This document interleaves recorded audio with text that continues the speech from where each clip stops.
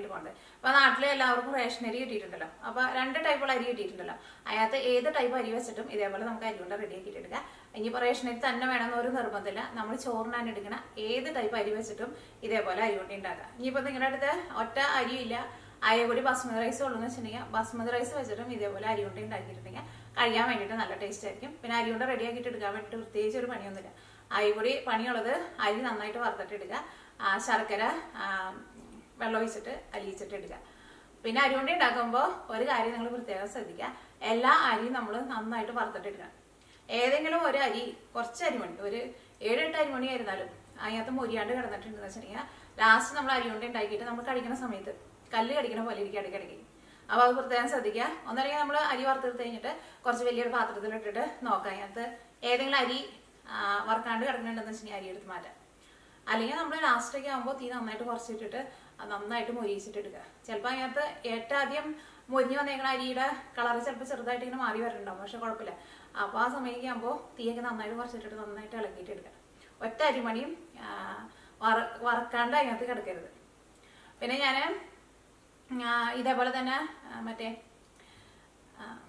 റേഷനരി വെച്ചിട്ട് fried rice ഉണ്ടാകുന്ന ഒരു വീഡിയോ അപ്ലോഡ് ചെയ്തിട്ടുണ്ടായിരുന്നു. നിങ്ങൾ കുറേ പേരൊക്കെ ട്രൈ ചെയ്ത് നോക്കിയിട്ട് നല്ല ടേസ്റ്റ് ഉണ്ടായിരുന്നു എന്ന് പറഞ്ഞു. പിന്നെ ലാസ്റ്റ് അപ്ലോഡ് ചെയ്തത് അരിപ്പൊടി വെച്ചിട്ട് കേക്ക് ഉണ്ടാക്കുന്നത് ഫ്രൈ ചെയ്തിട്ട് ബിസ്ക്കറ്റിന്റെ പോലെയാണ് ഇരിക്കാം, പക്ഷെ അതിന്റെ ടെക്സ്ചർ ഒരു കേക്കിന്റെ പോലെ ഇരിക്കാം. അത് നിങ്ങൾ കുറച്ച് പേരൊക്കെ ട്രൈ ചെയ്ത് നോക്കിയിട്ട് പറഞ്ഞിട്ടുണ്ടായിരുന്നു. ശരിക്കും കഴിക്കാൻ വേണ്ടിയിട്ട് ഭയങ്കര ടേസ്റ്റാണ്. കണ്ടിട്ടുണ്ടെങ്കിൽ ശരിക്കും ബേക്ക് ചെയ്തെടുത്ത പോലെ ഇരിക്കുള്ളൂ, നല്ല ടേസ്റ്റ് ഒക്കെയാന്ന് പറഞ്ഞിട്ടുണ്ടായിരുന്നു. അപ്പോൾ നിങ്ങൾ അതും ട്രൈ ചെയ്ത് നോക്കുക. പിന്നെ നിങ്ങളെല്ലാവരും സുഖമായിട്ടിരിക്കുന്നു വിചാരിക്കണം. ഇവിടെ ഞങ്ങളെല്ലാവരും സുഖമായിട്ടിരിക്കുന്നു. അപ്പോൾ നമുക്ക് ഒട്ടും സമയം കളയാണ്ട് തന്നെ നമ്മുടെ അരിയുണ്ട നമുക്ക് റെഡിയാക്കിയിട്ട് എടുക്കാം. ഇനി നമുക്കിത് റെഡിയാക്കാൻ വേണ്ട സാധനങ്ങൾ എന്തൊക്കെയാന്ന് നോക്കാം. അപ്പം ഞാനിവിടെ 2 കപ്പ് അരി എടുത്തിട്ടുണ്ട്. അപ്പോൾ നിങ്ങൾ അരി എടുക്കുമ്പോൾ ഇപ്പോൾ നമുക്ക് റേഷൻ അരി മറ്റേ ചുമന്ന അരിയും കിട്ടുന്നുണ്ട്, വെള്ള അരിയും കിട്ടുന്നുണ്ടല്ലോ. ഏത് ടൈപ്പ് അരി ആയിരുന്നാലും കുഴപ്പമില്ല. ഇനി റേഷൻ അരി തന്നെ വേണമെന്നില്ല. നമ്മൾ ചോറിനാൻ എടുക്കണ ഏത് ടൈപ്പ് അരി വെച്ചിട്ട് നമുക്ക് ഇതേപോലെ ഉണ്ട റെഡിയാക്കിയിട്ട് എടുക്കാം കേട്ടോ. അപ്പോൾ ഞാനിവിടെ എടുത്തേക്കുന്നത് 250 ml മെഷറിംഗ് കപ്പിൽ 2 കപ്പാണ് എടുത്തേക്കുന്നത്. ഈ അരി കൊണ്ട് നമുക്ക് ഉണ്ടാക്കാൻ വേണ്ടിയിട്ട് മെഷറിംഗ് കപ്പ് വേണമെന്ന് ഒരു നിർബന്ധമില്ല. അല്ലെങ്കിൽ നമ്മൾ ചായ കുടിക്കാൻ എടുക്കുന്ന ഗ്ലാസ് ഉണ്ടല്ലോ, ആ ഗ്ലാസ്സിൽ 2 ഗ്ലാസ് അരി ഇടുക. എന്നിട്ട് അരി ഫസ്റ്റ് നന്നായിട്ട് കഴുകിയിട്ട് എടുക്കുക. ഈ അരി ഞാനിവിടെ നന്നായിട്ട് കഴുകിയിട്ട് ഒരു ടവലിലിട്ടിട്ട് വെള്ളം കളഞ്ഞെടുത്തിട്ടുണ്ട്. എന്നാലും നനവുണ്ട്, പക്ഷെ കുഴപ്പമില്ല. ഈ നനവോട് കൂടിയിട്ട് വേണമെന്നുണ്ടെങ്കിലും നമുക്ക് എടുക്കാം, കുഴപ്പമില്ല. പക്ഷെ കൂടുതൽ സമയം എടുക്കും നമുക്ക് വറുത്തിട്ട് എടുക്കാൻ വേണ്ടിയിട്ട്. അല്ലെങ്കിൽ ഇപ്പോൾ നല്ല വെയിലുള്ള സ്ഥലത്തൊക്കെയാണെന്ന് വെച്ചിട്ടുണ്ടെങ്കിൽ, നാട്ടിലേക്കാന്ന് വെച്ചിട്ടുണ്ടെങ്കിൽ അരി ഒന്ന് കഴുകിയിട്ട് ജസ്റ്റ് ഒന്ന് വെയിലത്ത് വെച്ചാൽ മതി. അപ്പോൾ ഇതിൻ്റെ വെള്ളം കൊണ്ട് പോയി കിട്ടും. അതങ്ങനെ ചെയ്യുന്നത് എന്തിനാന്ന് വെച്ചിട്ടുണ്ടെങ്കിൽ നമുക്കത് പെട്ടെന്ന് വറുത്തെടുക്കാൻ വേണ്ടിയിട്ടാണ്. ഇനിയിപ്പോൾ ഒന്നും ചെയ്യാണ്ട് തന്നെ കഴുകി വാരിയിട്ട് വെള്ളം കളഞ്ഞിട്ട് നമ്മൾ പാനിലേക്ക് ഇട്ടിട്ട് വറുത്തെടുത്താലും കുഴപ്പമില്ല. അപ്പോൾ ഇത്രയ്ക്കാണ് അരി എടുത്തേക്കുന്നത്. അപ്പോൾ നിങ്ങൾ ഗ്രാമിലാണ് അളവ് എടുക്കണേന്ന് വെച്ചിട്ടുണ്ടെങ്കിൽ 1 കപ്പ് അരി എന്ന് പറയുമ്പോൾ 200 ഗ്രാം ഉണ്ടാവും. അപ്പോൾ നമ്മളിവിടെ 2 കപ്പാണ് എടുത്തേക്കുന്നത്. അപ്പോൾ 400 ഗ്രാം അരിയുണ്ട്. അപ്പോൾ 400 ഗ്രാം അരി എടുക്കുമ്പോൾ ഞാനിവിടെ 300 ഗ്രാം ശർക്കരയാണ് എടുത്തേക്കുന്നത്. ഒരു 250 ഗ്രാം തുടങ്ങിയിട്ട് 300 ഗ്രാം ശർക്കര വരെ ചേർക്കാം. പിന്നെ അതിലേക്ക് നമുക്ക് തേങ്ങ വേണം. തേങ്ങയ്ക്ക് പ്രത്യേകിച്ച് ഇത്രയ്ക്ക് കണക്കൊന്നുമില്ല, കാരണം അത്യാവശ്യം നന്നായിട്ട് തേങ്ങ ചേർക്കുക. അപ്പോഴായിരിക്കും നമ്മുടെ അരിയുണ്ട കഴിക്കാൻ വേണ്ടിയിട്ട് നല്ല ടേസ്റ്റ് ഉണ്ടാവുക. അപ്പോൾ നോക്കിയേ, ഇത് ഇത്രയ്ക്ക് തേങ്ങ എടുത്തേക്കുന്നത്.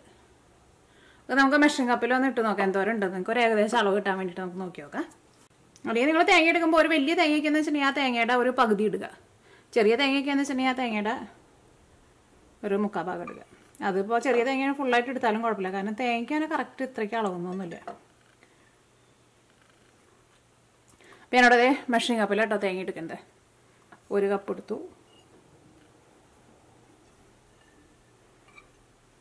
അപ്പോൾ ഇത് 2 കപ്പ് തേങ്ങയുണ്ട്. അപ്പോൾ നമ്മൾ അരി എടുക്കണ സെയിം അളവിൽ തന്നെയാണ് തേങ്ങയും എടുത്തേക്കുന്നത്. ഇനിയിപ്പോൾ നിങ്ങൾ ഫ്രോസൺ തേങ്ങയിൽ എടുക്കണമെന്ന് വെച്ചിട്ടുണ്ടെങ്കിൽ നമുക്ക് കൈപ്പിടി കണക്കൊന്ന് നോക്കി നോക്കാം.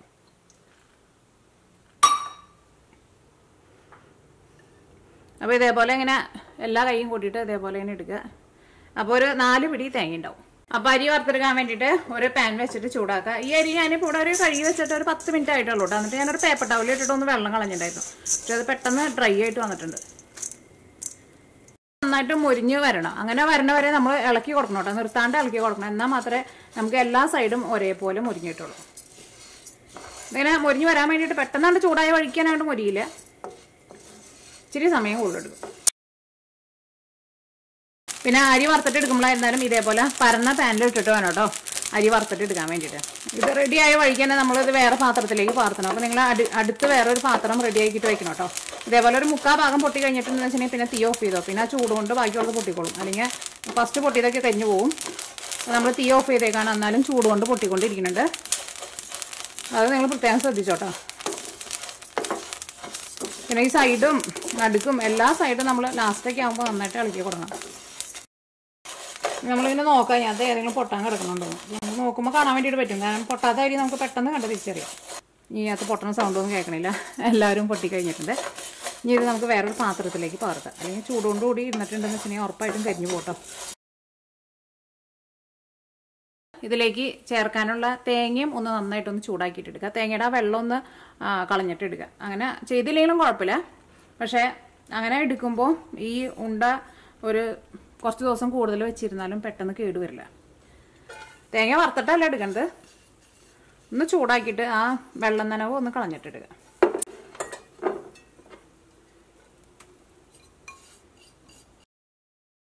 ഞാനിവിടെ ലോ ഫ്ലെയിമിലിട്ടിട്ടോ ഇളക്കി കൊടുക്കണത്. തേങ്ങ ഒന്ന് നന്നായിട്ട് ചൂടായി കഴിഞ്ഞപ്പോൾ ലോ ഫ്ലെയിമിലിട്ടിട്ടുണ്ട്.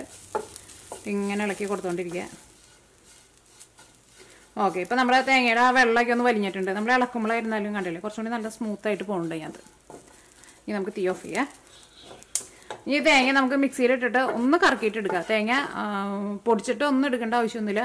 ഇതിനകത്ത് ചിലത് ചിലപ്പോൾ വലിയ തേങ്ങയുടെ പീസായിട്ട് കിടക്കില്ലേ.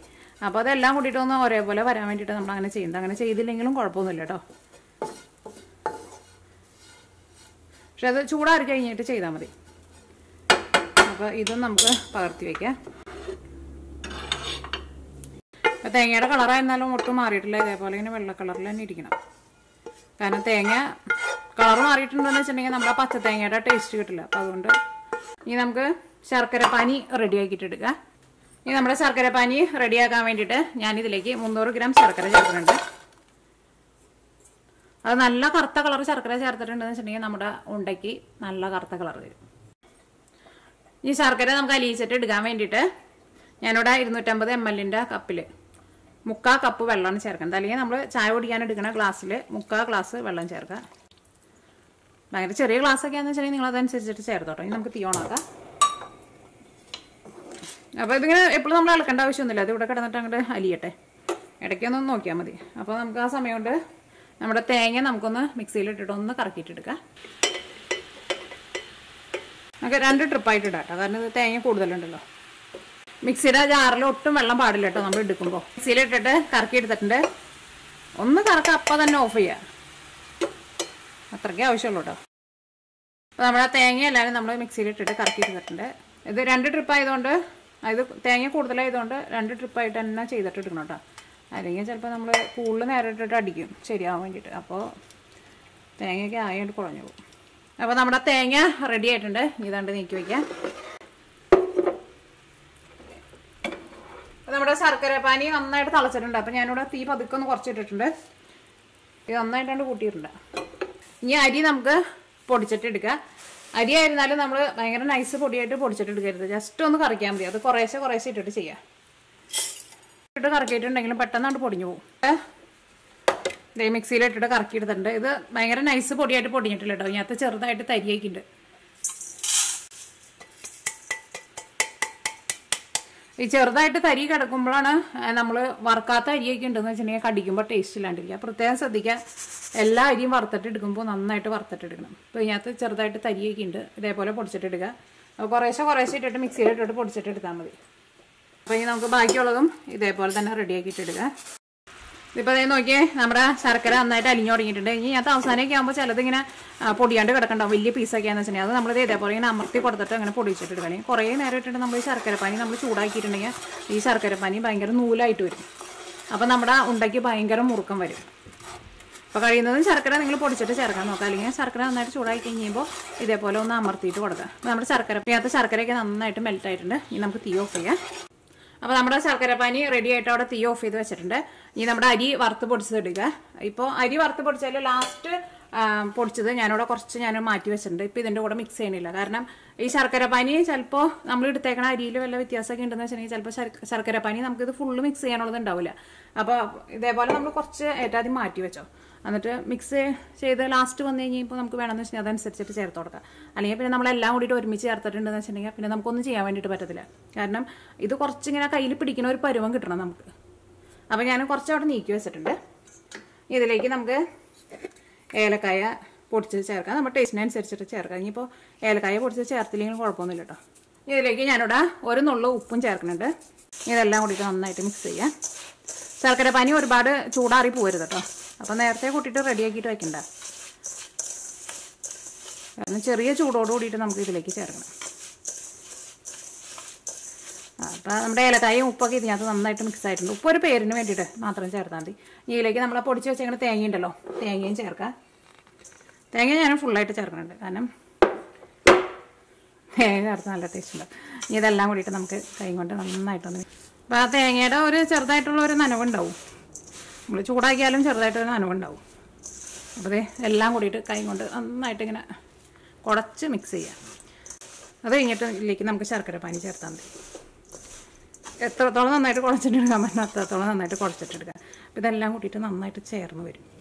ഓക്കെ, അപ്പോൾ ഇതെല്ലാം കൂടിയിട്ട് നന്നായിട്ട് മിക്സ് ചെയ്തെടുത്തിട്ടുണ്ട്. അപ്പോൾ നമ്മുടെ കുറച്ച് അരി വറുത്തത് നമ്മൾ മാറ്റി വെച്ചിട്ടുണ്ട്. ലാസ്റ്റ് നമുക്ക് വേണമെന്ന് വെച്ചിട്ടുണ്ടെങ്കിൽ നമുക്ക് ചേർക്കാം. ഇനി നമ്മുടെ ശർക്കരപ്പാനി ഇതിലേക്ക് നമ്മൾ ചേർക്കാൻ വേണ്ടിയിട്ട് പോവാണ്. അല്ലെങ്കിൽ നിങ്ങൾ ചേർക്കുമ്പോൾ കുറേശ്ശെയായിട്ട് ചേർത്തോ. ഇതിപ്പോൾ എന്തായിരുന്നാലും കൂടുതൽ വരില്ല. നമ്മൾ ഒറ്റയടിക്ക് ചേർത്തിട്ടുണ്ട്. ഇതെല്ലാം കൂടിയിട്ട് നന്നായിട്ട് മിക്സ് ചെയ്തിട്ട്, കാരണം ഇത് ചെറിയ ചൂടുണ്ട്. അപ്പോൾ അതുകൊണ്ട് ഇതേപോലെ നമ്മൾ സ്പൂൺ വെച്ചിട്ട് മിക്സ് ചെയ്യണം കേട്ടോ. എല്ലാം കൂടിയിട്ട് മിക്സ് ചെയ്ത് കഴിഞ്ഞിട്ട് നമുക്ക് കൈ കൊണ്ട് നന്നായിട്ട് മിക്സ് ചെയ്യാം. ചെറിയ ചൂടോട് കൂടിയിട്ട് തന്നെ ശർക്കരപ്പാനി ചേർക്കണം. ഇപ്പോൾ നോക്കിയാൽ നമ്മുടെ മിക്സിങ് കുഴപ്പമില്ല. നമുക്ക് ബാക്കിയുള്ള പൊടിയും കൂടിയിട്ട് നമുക്ക് ഇതിലേക്ക് ചേർക്കാം കേട്ടോ. കാരണം ഒറ്റയടിക്ക് ഫുള്ള് ചേർക്കണ്ട.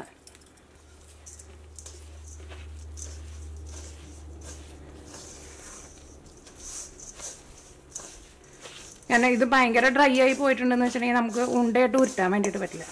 അത് നമ്മൾ ലഡു ഉണ്ടാക്കുമ്പോഴായിരുന്നാലും ഒക്കെ അതാണ് കുഴപ്പം. ചിലർ പറയും നമുക്ക് ഉരുട്ടാൻ വേണ്ടിയിട്ട് പറ്റുന്നില്ല എന്ന് പറയും. പിന്നെ അതേപോലെ തന്നെ ശർക്കരപ്പാനി ഇപ്പം നമ്മൾ ഇത്രയ്ക്ക് 300 ഗ്രാം ശർക്കര എടുത്തിട്ട് ഇപ്പം 3/4 ഗ്ലാസ് വെള്ളം ഒഴിച്ച് കഴിഞ്ഞപ്പോൾ ശർക്കരപ്പാനിക്ക് ഒരു നല്ല തിക്നെസ് ഉണ്ടാവും. ഇനിയിപ്പോൾ നമ്മൾ മധുരം കുറവ് മതിയെന്ന് വെച്ചിട്ട് ഇച്ചിരി ശർക്കര ഒഴിച്ചിട്ട് ഇങ്ങനെ ശർക്കര അലിയിച്ചിട്ട് എടുത്തിട്ടുണ്ടെന്ന് വെച്ചിട്ടുണ്ടെങ്കിൽ ശർക്കര ഭയങ്കര വെള്ളം പോലെ ഇരിക്കും. അപ്പോൾ നമ്മുടെ ഇത് ഉണ്ട നമുക്ക് പിടിക്കാൻ വേണ്ടിയിട്ട് പറ്റില്ല. നമ്മുടെ തിങ്ങ എല്ലാവരും നന്നായിട്ട് മിക്സ് ആയിട്ടുണ്ട്. ഇപ്പോൾ ഒരു ചെറിയ ചൂടുള്ളൂ, നമുക്ക് കൈ വെച്ചിട്ട് കുഴയ്ക്കാൻ വേണ്ടിയിട്ട് പറ്റും. ഇപ്പോൾ ഇത് ചൂടാറിയിട്ടുണ്ട്, അടിയിൽ മാത്രമേ ചൂടുള്ളൂ. അപ്പോൾ നമുക്ക് മുകളിൽ നിന്ന് ഉരുട്ടി തുടങ്ങാം. ഇവിടെ മിക്സിയുടെ ജാറൊന്ന് കമത്തി നോട്ടെ. ഇതിനകത്ത് കുറച്ച് പൊടി ഉണ്ടാവും. ഈ പൊടി ഇതിനകത്തേക്ക് നമുക്ക് തട്ടിയിടാം. സാധാരണ നമ്മൾ അവലോസ് ഉണ്ടയൊക്കെ ഉണ്ടാക്കുമ്പോൾ ഇതേപോലെ ഇങ്ങനെ പൊടി കുറച്ചിങ്ങനെ ഇടും. പക്ഷേ ഇത് കുറച്ച് പൊടിയുള്ളൂ, അതിൻ്റെ മുകളിൽ ഇങ്ങനെ ഇട്ട് കൊടുക്കും.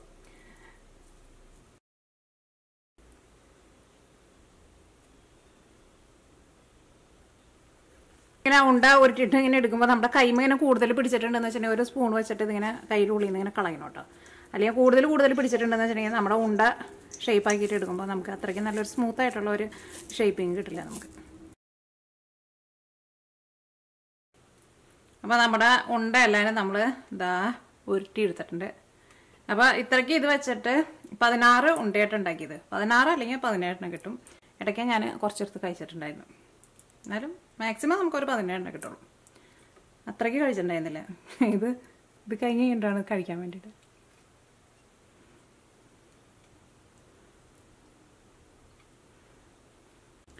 അപ്പോൾ നിങ്ങളെല്ലാവരും ട്രൈ ചെയ്ത് നോക്കാം. ട്രൈ ചെയ്ത് നോക്കിയിട്ട് ഫീഡ്ബാക്ക് പറയാൻ വേണ്ടിയിട്ട് മറക്കരുത്. ഇപ്പോൾ ഇതിനൊരു ഇളം ചൂടുണ്ട്. ഇത് ഇരുന്ന് കഴിഞ്ഞ് കഴിഞ്ഞിട്ട് ഒന്നുകൂടി ഒന്ന് സെറ്റാവും. പക്ഷേ ഭയങ്കര ഹാർഡായിട്ട് വരില്ല കേട്ടോ. പിന്നെ ഇത് നമ്മളിപ്പോൾ പുറത്ത് വെച്ചിരുന്നാലും ഒരാഴ്ച വരെയൊക്കെ കേട് വരാണ്ടിരിക്കും. അല്ലെങ്കിൽ പിന്നെ ഫ്രിഡ്ജിലെടുത്ത് വയ്ക്കാം. പക്ഷെ അതിന് അത്രയ്ക്ക് പെട്ടെന്ന് കേടുവരില്ല. കാരണം ഇതിനകത്ത് വെള്ളം നനവൊന്നും ഇല്ലല്ലോ. പിന്നെ നമ്മൾ ഉപയോഗിക്കുന്നതൊക്കെ അനുസരിച്ചിട്ടിരിക്കും. എനിക്കാണ് ഒരാഴ്ചയിൽ കൂടുതലൊക്കെ പുറത്ത് വെച്ചിരുന്നാലും കേടൊന്നും വരില്ല. പിന്നെ ഇതിനകത്ത് ആയി കൂടി നാശമായി പോണ ഒരു സാധനം തേങ്ങ മാത്രമേ ഉള്ളൂ. പക്ഷെ തേങ്ങ നമ്മൾ നന്നായിട്ട് ചൂടാക്കിയിട്ടാണല്ലോ ചേർത്തേക്കുണ്ട്. അതുകൊണ്ട് തന്നെ പെട്ടെന്നൊന്നും കേടുവരില്ല. പിന്നെ നമ്മൾ കുറേ ദിവസത്തേക്കൊന്നും ഇരിക്കുന്നില്ലല്ലോ. ഇത് അത്രയ്ക്ക് അധികമൊന്നും ഇല്ലല്ലോ. അപ്പോൾ നിങ്ങളെല്ലാവരും ട്രൈ ചെയ്ത് നോക്കാം.